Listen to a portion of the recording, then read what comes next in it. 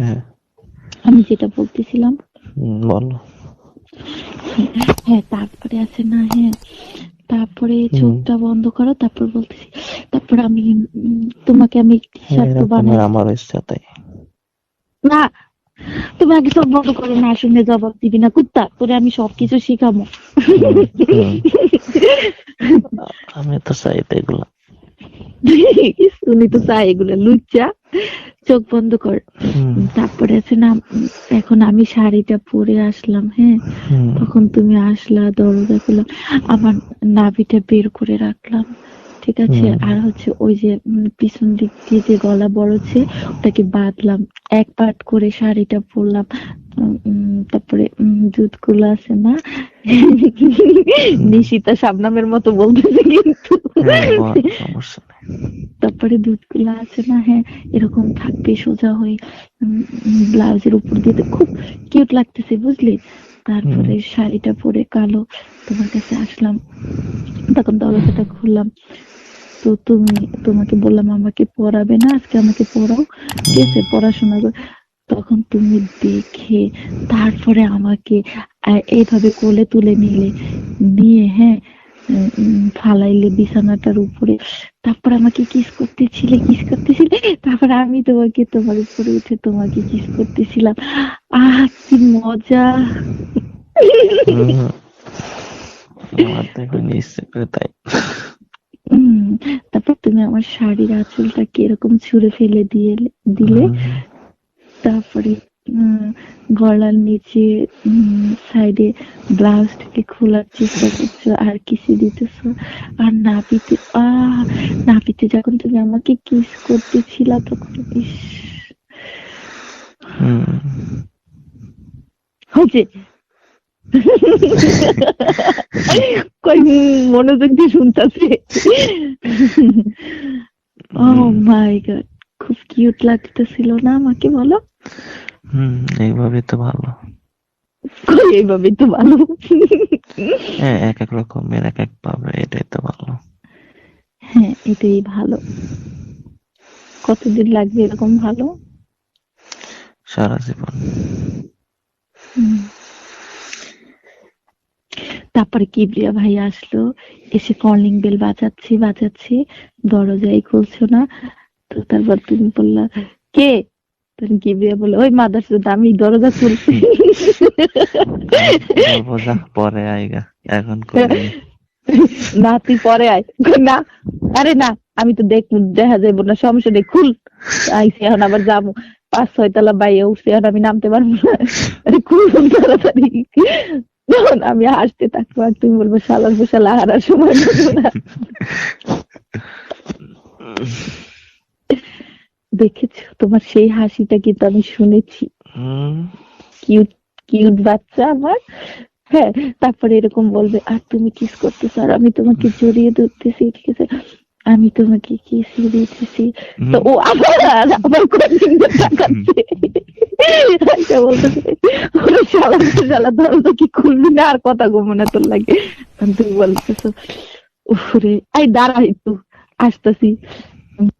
তুমি আমার মানে কি উঠতেই চাচ্ছ না, হ্যাঁ হুম, তারপর আবার কিস করতেছে, সে এরকমই করতেছে।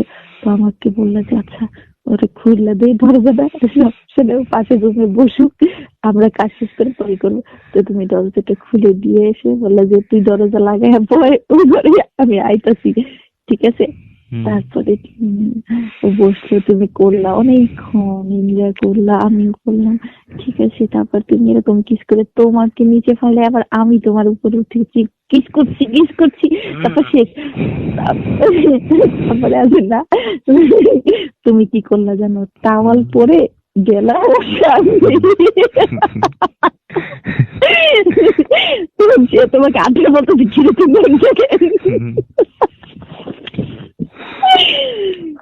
বলবো তো আচ্ছা তুই শালা যা গোসল করে গোসল কর তাড়াতাড়ি তুই আইস না। তখন আমাকে বলতেছে এই পিয়া আমাকে একটু চা দে তো, অনেকক্ষণ ধরে। আমি বলবো ভাইয়া একটু অপেক্ষা করো, দিতেছি দাঁড়াও।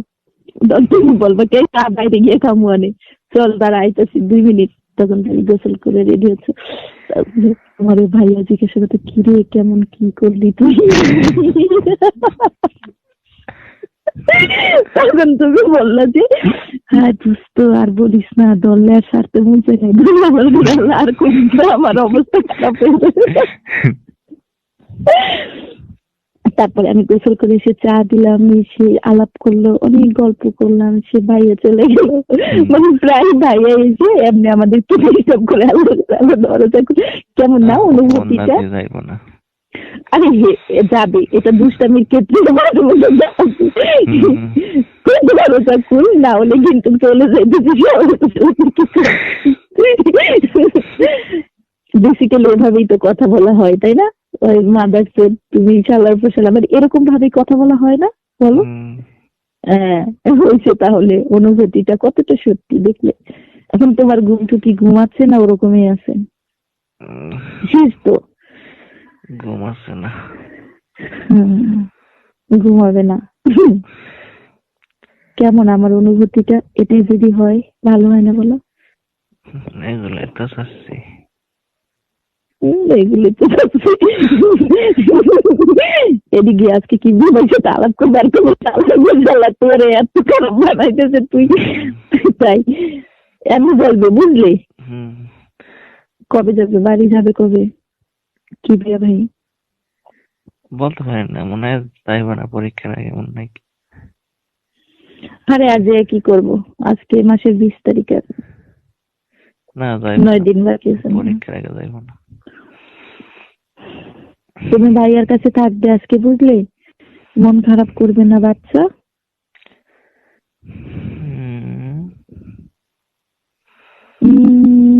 I love you জান।